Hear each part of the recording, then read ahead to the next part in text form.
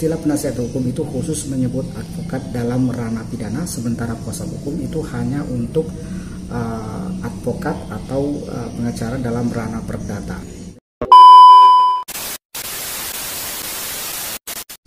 Assalamualaikum warahmatullahi wabarakatuh. Selamat datang kembali di HS Speak Up. Nah, pada video kali ini saya akan mencoba menjawab salah satu pertanyaan dari penonton terkait dengan perbedaan antara penasihat hukum dan kuasa hukum. Dan barangkali di antara sahabat-sahabat sekalian ada juga yang pernah terbetik dengan pertanyaan seperti ini. Oleh karena itu, tonton terus video ini. Dan bagi sahabat-sahabat yang belum subscribe channel ini, silahkan subscribe terlebih dahulu dan jangan lupa menekan tanda lonceng agar kedepannya sahabat bisa mendapatkan pemberitahuan atau notifikasi dari kami setiap kami mengupdate atau menambahkan video terbaru di channel ini.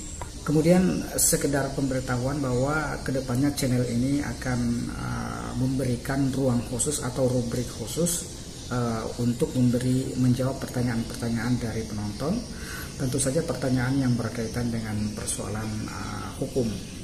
Rubrik ini boleh dikata sebagai ruang konsultasi hukum atas permasalahan-permasalahan hukum yang sahabat HS hadapi. Silahkan tulis di kolom komentar apa yang menjadi persoalan hukum yang ingin Anda ketahui atau ingin dipertanyakan. Nanti kami kedepannya akan berusaha untuk memberikan jawaban. Oke, baik. Mengenai perbedaan antara penasihat hukum dan kuasa hukum, harus kita lihat bahwa pada prinsipnya kedua profesi ini memiliki tugas dan fungsi yang sama, yakni mendampingi klien atau memberikan jasa hukum kepada klien atau orang-orang yang memerlukan bantuan hukum, baik itu di dalam maupun di luar pengadilan. Nah, perbedaannya hanya terletak pada jenis persoalan hukum yang didampingi, sehingga melahirkan dua istilah yang berbeda tersebut. Nah, pertama, istilah penasihat hukum itu dimaksudkan untuk menyebut seorang advokat atau pengacara yang mendampingi kliennya dalam perkara pidana. Dikatakan sebagai penasihat hukum karena fungsinya atau perannya itu hanya memberikan nasihat-nasihat kepada klien, mendampingi klien pada setiap tingkatan proses pemeriksaan perkara, baik itu di kepolisian, kejaksaan maupun di persidangan di muka hakim. Kemudian istilah kuasa hukum itu secara khusus untuk menyebut advokat atau pengacara yang memberikan jasa kepada kliennya dalam perkara perdata.